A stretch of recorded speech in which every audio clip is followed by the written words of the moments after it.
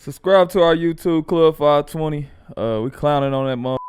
Just hit the button. God. Don't ask more questions. Subscribe.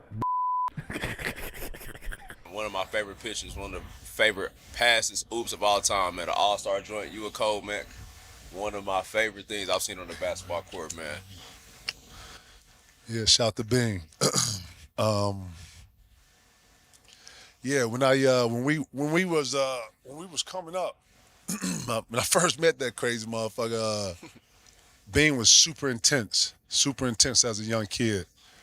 And then when we got to the All-Star game, we was in New York, and they called the East out first, and we were sitting in the back, and I'm on. I am on. I'm ready to get out here, man. Fuck them, like it was just I was ready.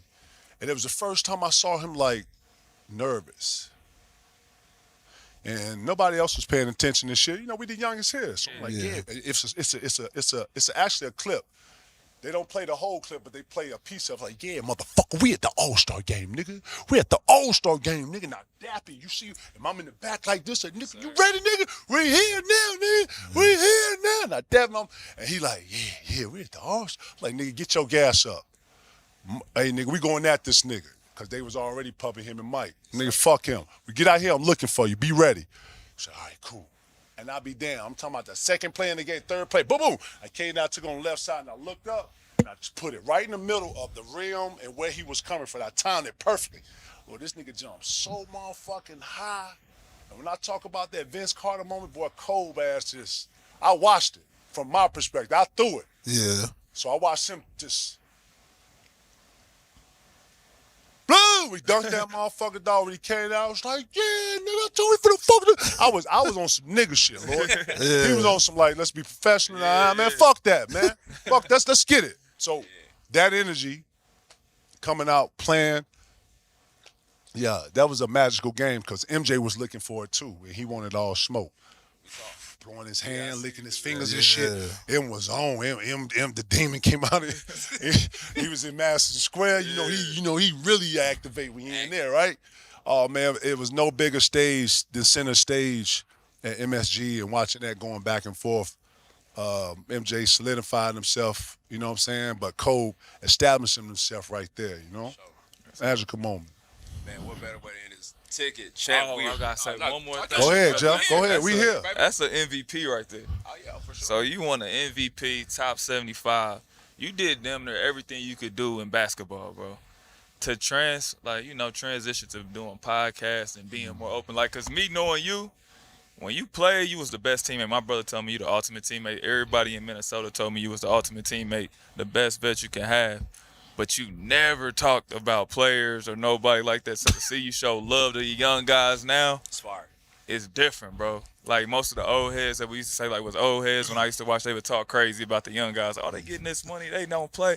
And then you come in, you like, yeah, I love AE. Yeah. Tyrese my Halliburton, dog. too. Yeah, You put and a it's lot of like- light on him. Yeah. Well, think about this, guys. Real shit. When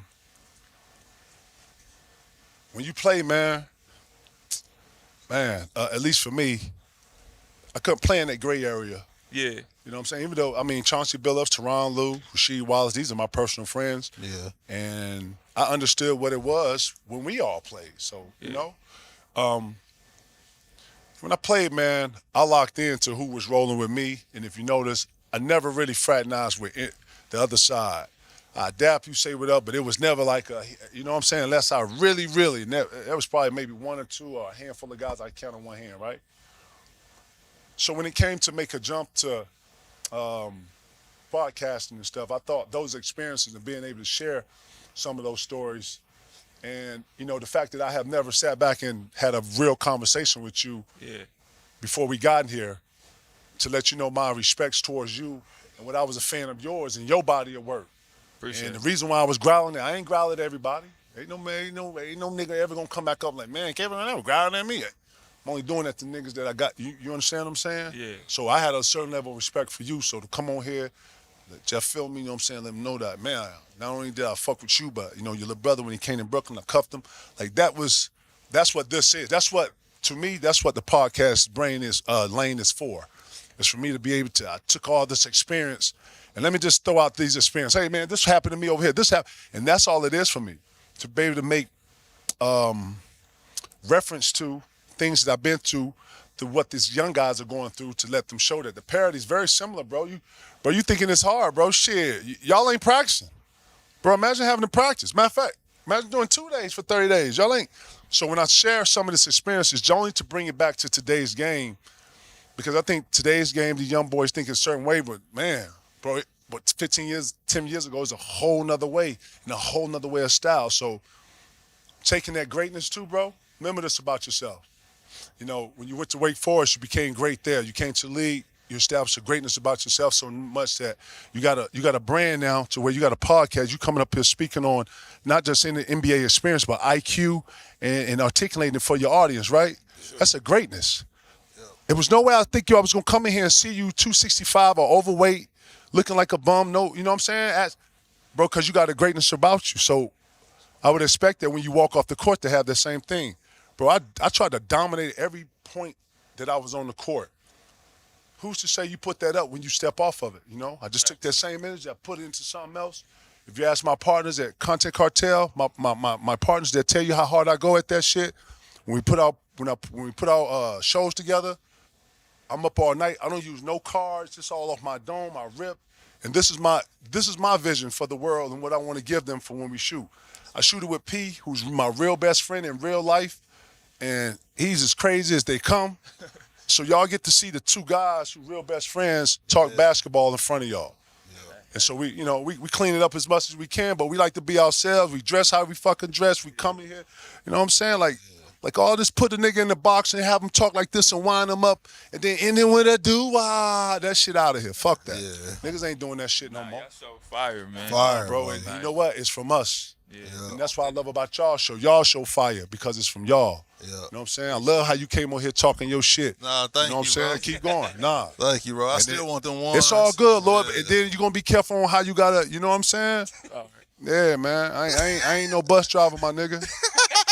Nah, real shit. I wore on some real shit for real. I wore 21 because of you. Oh, that's real shit, bro. Nah, that's respect. That's respect. That's respect. That's before you even probably start watching our pod, when we first start talking, and they used to Joan on me for being like the first 5'10" power forward. He was my favorite power forward, bro. So and you said you was the first face, or what you say? First face up forward, bro. At 5'10", bro. I like that. I called it the praying mantis. Yeah, and I was built like this.